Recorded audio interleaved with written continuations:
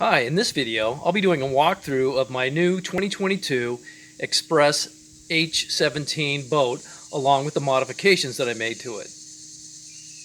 That being said, let's go ahead and get started.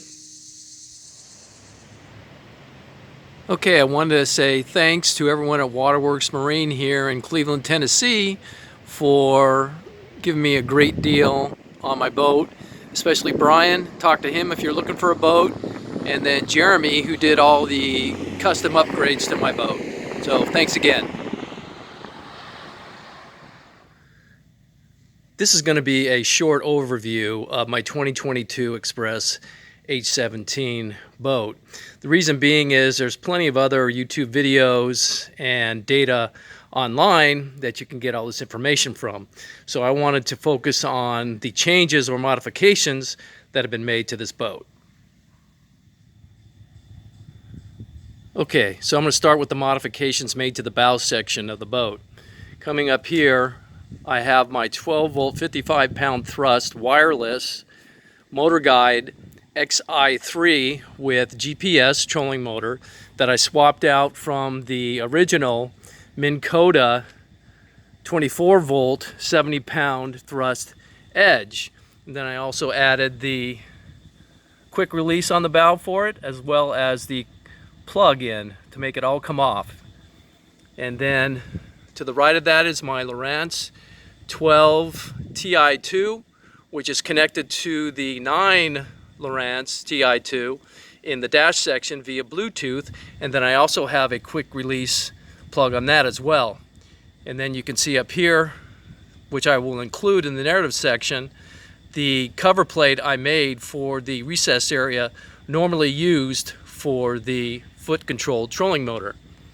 And then as we go back a little bit, you'll be able to see the Lowrance mounted in there in the dash section with a whole new panel. And then I'll go ahead and move to the motor section inside and show you how the batteries are set up. I want to go over what they did with the battery section of the boat. Originally it had two 12-volt deep cycle batteries and one 12-volt cranking battery. So when I swapped out to the 12-volt trolling motor, they removed one of the deep cycles and replaced it, so now I have two cranking 12-volt batteries.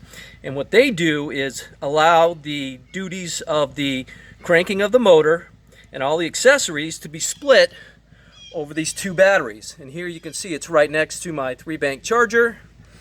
And going over here to the left side is where I have the other cranking battery, and then tucked away in the corner there is my deep cycle that runs all the way to the front, and that only powers anything that I mount up onto the bow.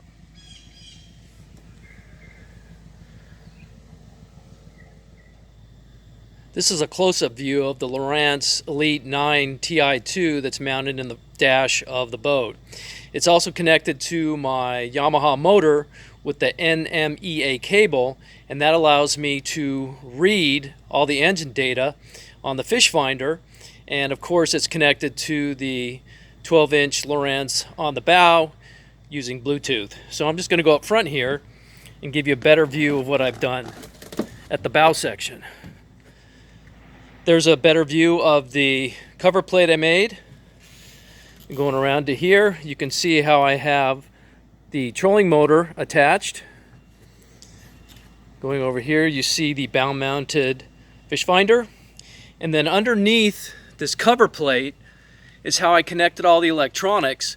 So I'm going to show you how I did that to make all these items on the bow work. These are some of the modifications I've made up on the bow. Up on the top here, you can see I have the puck for the quick release mount on the Motorguide trolling motor. On the lower left is the socket for the quick release plug for the trolling motor.